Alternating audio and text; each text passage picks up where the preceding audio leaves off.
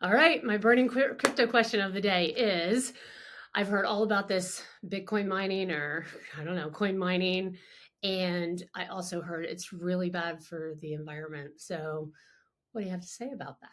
Well, welcome to the Kirk and Robin Show, bringing you crypto OG and newbie conversations in 21-minute chunks. Mm. So I'm really glad you asked that question. That's one of my favorite questions, actually. That's one of the Which one? Which one? Because I asked two questions. well, it's Bitcoin mining. First of all, is people obviously want to know what that is Yeah. because that's kind of challenging for people to wrap their heads around. But it's the environmental question. There's been so much fodder about that in the past couple of years that's been overblown. Hmm. Maybe you could say some spin doctoring and propaganda, perhaps from maybe certain constituents and so on. So I really love this topic. It's especially on the environmental side.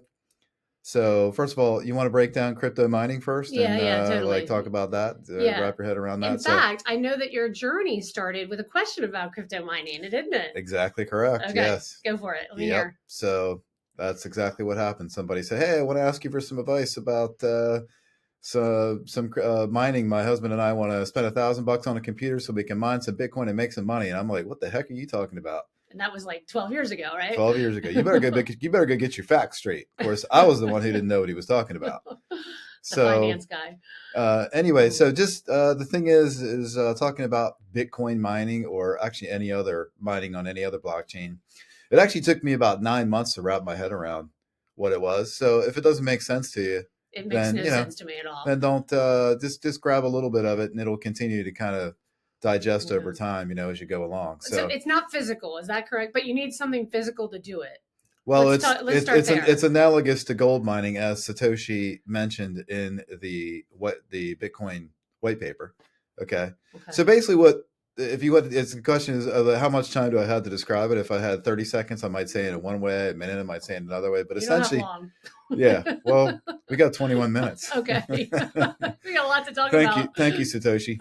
So the thing is, if I had to distill it down into the most simple way to Yes. say it, which Yes. is that Bitcoin mine is essentially where participants basically supply computing power to secure the network. That's really what it is. And Okay. because Bitcoin is not a company, doesn't have a CEO, doesn't have an office building, doesn't have a corporate headquarters, doesn't have employees. Now there are companies that do participate.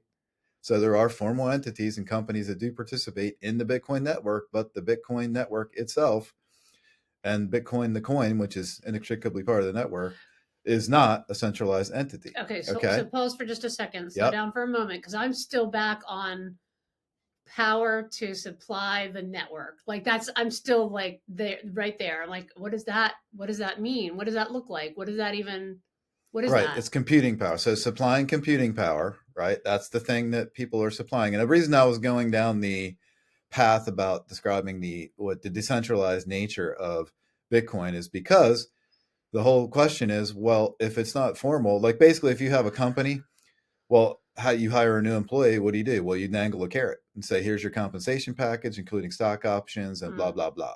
That Okay. motivates them to come. Well, if you don't have that because there's no company, how are people going to show up?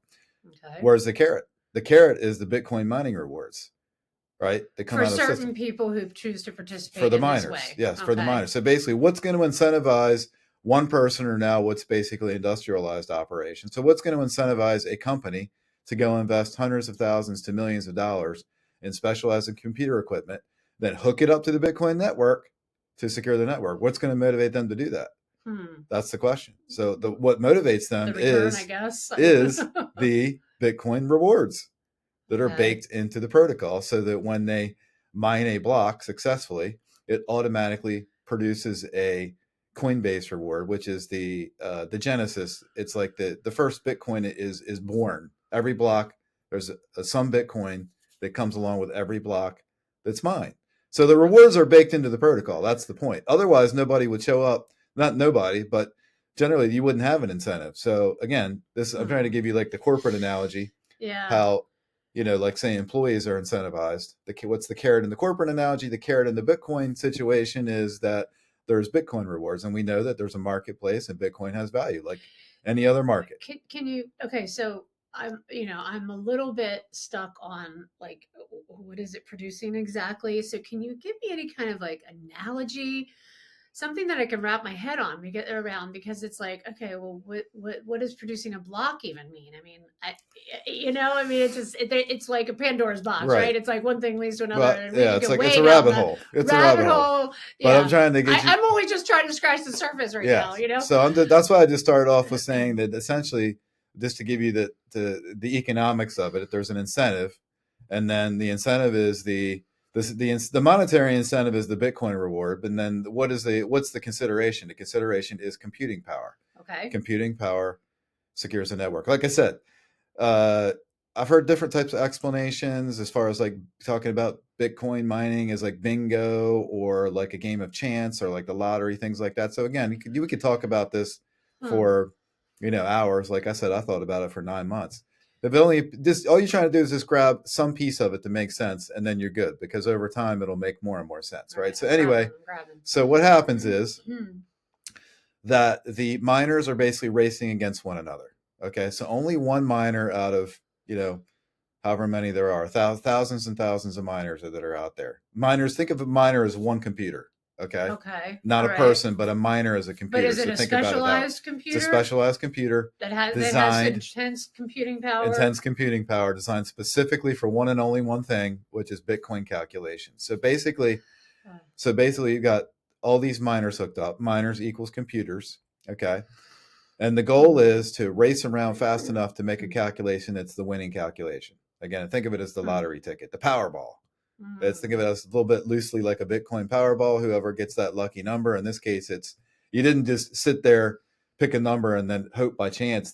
You're actually doing the work, though. Okay, you're doing the work to try to be the winning problem solver. Okay. But can you compare this in any way to printing of fiat currency? I mean, like, is there like any way for you to make that kind of Oh, analysis? not at all. Not at all. Not at all. So it's not like, oh, I No. can just create money. It's not Well, that, or it is, but that's Well, why I asked. first of all, that's a conversation for another day because that could be Okay. other blockchains, other projects, and so on. So if you want to bring that one up as a brain teaser, just file that one away. But we're talking Okay. specifically about Bitcoin. No, there's no correlation at all Oh, in any okay. way whatsoever to Okay. 24-hour printing presses. Let's just Okay. turn on the switches, print as much money as possible whenever we need it as a government, I see. central bank. We just turn on the printing press. Actually, they're on all the time. Multiple, you know, manufacturing plants, if you will, minting operations, the Mm-hmm. mint, like the U.S. Mint and so forth, right? And they just Okay. sit there, just printing money nonstop. That's it. So this That's is the this is metaphor. not that. This is not at all that. It's the Okay. complete opposite. Okay. Absolute All right. 100% All complete right. My opposite. brain's just a little bit twisted, but keep So, going. anyway, so the miners are supplying computing power, and then, like I said, there's these miners are racing around to be the one who solves this mathematical problem, and won't get into the weeds on that because that could provide even more confusion. But Exactly. I just heard most recently what the current hash rate is, which is just the total um, computing power supplied at any one given time, and it's so like right now it's about 800 quadrillion hashes per second, or 800 quadrillion calculations per second, which is just absolutely mind blowing. It's a number. So basically, the difficulty of the network, which is again that just means the number of these computing power, right? The number of calculations that's going up like dramatically, exponentially. It's just over. You look at it from the beginning of time until now. Mm. That's why it's like an industrialized operation, meaning that you have big server farm type operations, and a lot of these Bitcoin miners are even publicly traded companies. Okay. Interestingly enough, Interesting. right? Okay. So Yeah. everybody's trying to outcompete each other to win the block reward, which right now is 3.125 Bitcoin times say 80,000. So whatever that is, about $240 to $250,000 if you were to win. If you were to solve the block. So when you solve that computation, what that means is you then get to add a block to the blockchain. Huh. So you get the Bitcoin reward, you get the honor of adding the latest block, the newest block to the blockchain. And think about the blockchain as like an office tower in New York, in Manhattan. There's the crane building the latest skyscraper, and you see them, whatever floor they're putting on today. That's the latest block. The next floor is the next block. But it's finite, right? It's fine. Yeah, it's the ever growing skyscraper that goes up into the sky in perpetuity and never ends. But well, no, finite because I thought you could Oh, I thought only. you meant infinite. Sorry, Yeah, sorry, I thought it's infinite. it is infinite. Yes, it's Oh, infinite. but what Yes. about the limitation? There's only so much Bitcoin in the universe. That doesn't stop. That doesn't stop the block. The blocks. Think about the It doesn't block. stop the block. I like Doesn't. that. Oh, there you go. Doesn't stop the block. It doesn't Yeah. stop the block, baby. So a block is all you got to think of as a block is simply a container. Whatever your favorite kind of word is for container, a bucket, a package, okay. an envelope, Okay. anything. All right. A block is simply a container of transactions. So right now, if we did a Bitcoin transaction right now, whoever around the world is passing Bitcoin back and forth, sending Bitcoin from one wallet to another right now, those transactions basically get grouped together into a pool. Mm-hmm. So it's like temporarily kind of packaged together, and the miners are all assembling them in a block, ready to, if they happen to be the winning miner, then they'll go ahead and like publish that block, which is that container of transactions. That's how transactions get into the blockchain, is in packages. How does that publication of a new block help the crypto universe and people in it? What is the value of that? What's the benefit to humanity, I guess? Well, there's two benefits to humanity. First, we have the most secure network that we've ever had, the most secure thing we've ever had in human history. So basically, and this is in a network where you don't have to have any trusted parties come together. You don't have to, the actors don't have to know one another. You can have, you don't have to trust any of the other parties, and yet at the same time, the network is resilient. That's why this thing is beautiful. Mm-hmm. If you got to go read the Bitcoin white paper, the Satoshi white paper on this, it's actually an easy read. It's 4 or 5 pages. It's basically plain language, and everybody should read it to get inspired. Then you get it, like, wow. Okay. That's freaking amazing. All right. That's a good tip. So Bitcoin, I mean, to me, Bitcoin is amazing every single day. Every day I look at it, I see a little bit newly, a little bit differently. And I'm even more awed and wowed and so on, like every single day. Okay. So it's an amazing thing, right? However, so you have that. So you have the ability to transfer value among peers without a third party. So there's no banks. We've never had this before in human history. Now, how do you do that in a way that it actually works and a ledger that's that's unalterable, right? That kind of thing. Like it's like we always the third party problem was the piece that couldn't be solved before. It always came to, then we got to have some intermediary in the middle that you got to trust. Well, we know what happens when you trust intermediaries. 2008, great financial recession, and on and on and on. Still licking the wounds. Financial shenanigans. Ouch. Third party equals financial shenanigans because that's the way human behavior works. If something can be corrupted, it will be corrupted. That's just how it goes. So finally, you have an anti-corruptible type of a network here. So is it just like an altruistic effort in a way? I mean, aside from the fact that individuals get some kind of monetary reward. Well, there might be there might be an altruistic kind of a thing that goes along with it. It's a little bit like we're inventing the future sort of thing. A little bit like a religious aspect. It's just so awesome that people just love it and evangelize. And so but no, it's just a superior network. It's the most superior network in the entire world of all networks. Okay. The most superior asset, as Michael Saylor says, it's the apex asset. Anyway, to move on quickly is that the other value proposition so people are still trying to wrap their heads around what is Bitcoin. Okay. Yeah, right. What is Bitcoin mining? Right. What is Bitcoin? Right. And so on. Right. People are still trying to wrap their heads around that. Because there's nothing physical. I think that's the thing, right? Well, they don't, well, first of all, they don't understand why does it have value, but save that one for another day. Okay. Why does it have value? Electricity doesn't have anything physical. Okay. And it's very valuable. So I guess we're getting to the environmental piece very soon. I guess that's Hang where on. the cloud, okay, you're still Hang on, we're trying to get to the electricity piece. Here we go. Right. So the other piece of it is, like I said, people are still trying to wrap their head around it. So, and even getting to that, there's still a whole, what I think is another parallel value proposition piece into the Bitcoin equation that is overlooked, I'd say, by a majority. Only the OGs, I think, the insiders, I'm saying insiders, but the people who have been around a long time have studied it, realize this, right? So you got this, there's two parts. One part people are partially understanding, and the other part's not understood at all. And the other part is the immutability factor. What's immutability? That means something that cannot be altered. Yes. Or in this case, it wouldn't be accurate to say it's impossible to alter the Bitcoin ledger, right? So every one of the nodes is, and again, every miner is a node, but not every node is a miner. So you can actually run a node, but you don't have to be a miner. So you can actually participate altruistically, as you just said, specifically in Bitcoin. You can do that and run a node, but it also gives you the ability to make sure you have your own current version of the ledger, of the transaction set. So everybody has the same version. That's what's beautiful about it. This is replicated perfectly and beautifully. Everybody has the same record of transactions, right? But anyway, it's infeasible to alter the Bitcoin blockchain. That's why it's the most secure network in the world. It's the most secure record that we have in the entire world. That's the hidden value proposition. Infeasible, as in it would be a major pain in the ass, or like it would be too expensive. Okay, it's a game. It's a game theory penalty. Think about it like that. Okay, so from like I know what that is either. Well, it's just game theory has to do with game theory could be like in mathematics or actually in games or anything like that. So it's just take it on the face value. Okay, game theory. All right, just let it wash over like an ocean wave. Yeah, game theory. All right, and then I know we do need to get into the environmental impact part, and I'm guessing that when you say we have these, are you not? No. Sorry, yeah, go ahead. Well, when you have these like computers that are producing that like massive amounts of power, that's where the environmental rub comes in. Correct. So what's the myth? What's the facts?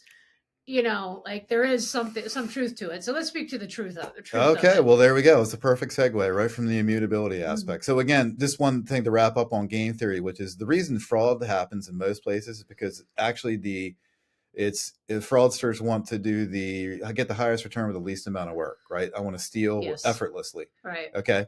So there's an incentive to do that because it's less work. Because however, in this particular game, if the incentive is to actually play by the rules, right, rather than try to cheat. If you try to cheat, it actually was expensive for you. Okay. It cost you money. Okay. It's actually rewarding to play by the rules. So it actually flips game theory around, which is really interesting. Okay. Okay. So yes. So why does computing power, if it's so much computing power, then obviously that's going to be expensive, right? How do you run computers? What's the resource needed to run computers? Electricity. Correct. Yeah.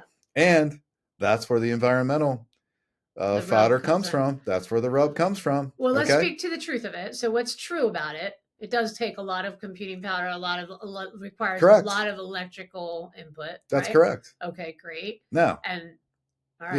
Yeah. So and what else is there to So the first thing I think of, the first thing to acknowledge is this is taken completely out of context. The first thing I think of when I've ever heard this conversation, the very first thought is I think of USPS, the United States Postal Service, and all those trucks that are riding around delivering paper mail. You want to talk about a complete, absolute waste of resources, delivering paper mail, and especially in the age of digital documents. Now, I get that we're not in Star Trek yet, okay? So we can't beam packages and physical packages around. I get that, okay? We're not there. But anything else that's paper mail, which I still think is a huge majority of what's being delivered, it's an absolute waste.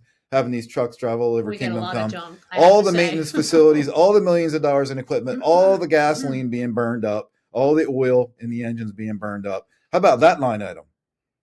Okay. Let's look at that line item. All right, but like let's not beat up on the post office because they've been taking a lot of beating for I think not great reason, but I get that. So, but if let's not compare to anything else. Let's just say okay. Yes, it burns up a lot of electricity. What is the crypto industry, if you will, thinking about in terms of solving some of that? So let's maybe look forward a little bit. Right. Well, the first thing is if you're going to look at what Bitcoin's burning up a resource, let's look at other companies, please. Let's be fair. Let's go down the list. Look at where they're wasting resources. Okay. Then we can talk about it. But until then, there's no conversation to be had. Don't demonize the crypto However, world. The interesting thing is actually Bitcoin miners are incentivized. The number one cohort, all right, of electricity consumers that are incentivized to go seek out and use renewable energy. There's no other group that does this. So they're looking for wind power, water power, any of these types of renewable energy. So there's a movement afoot. Including off gases from old dump sites, waste sites, and so on and so on. Old capped off gas. Where gas drilling used to take place, all these they tap into these are wasted resources. Otherwise, just actually literally going to waste. You can capture that. That's like free energy in that. Huh. So anyway, we could go down that and have a whole nother rabbit hole there, but in the interest of our 21-minute commitment, so here's the thing. Yeah. Here's the thing. When you look at the value of having something, and I talk about human behavior, okay, and fraud and shenanigans, it's baked into human behavior. Unfortunately, if we look at how do we solve that, this is the immutability factor. We actually have something that's unalterable. You mean the mining of crypto? Yeah, you can't change the Bitcoin ledger, which means you can prove that information hasn't been altered. You can have hashes of documents and prove that millions of documents have not been changed, no shenanigans. What's the value of that? I assert that the value of that is so high that I would actually phrase it the other way and say, wow, that's all we're burning to get that value proposition. I see. That's it. And here's the other thing we could wrap it up with. I want to talk about fraud. If you look at the estimated global fraud, occupational fraud and abuse by the ACFE, Association for Certified Fraud Examiners, they estimate that global fraud and abuse is about 5% of global revenue, which is trillions of dollars, which will place global fraud in the top 10 GDP for countries. So there you go. Fraud is a top 10 country, right? That supports my argument. That's it for today. Okay. All right.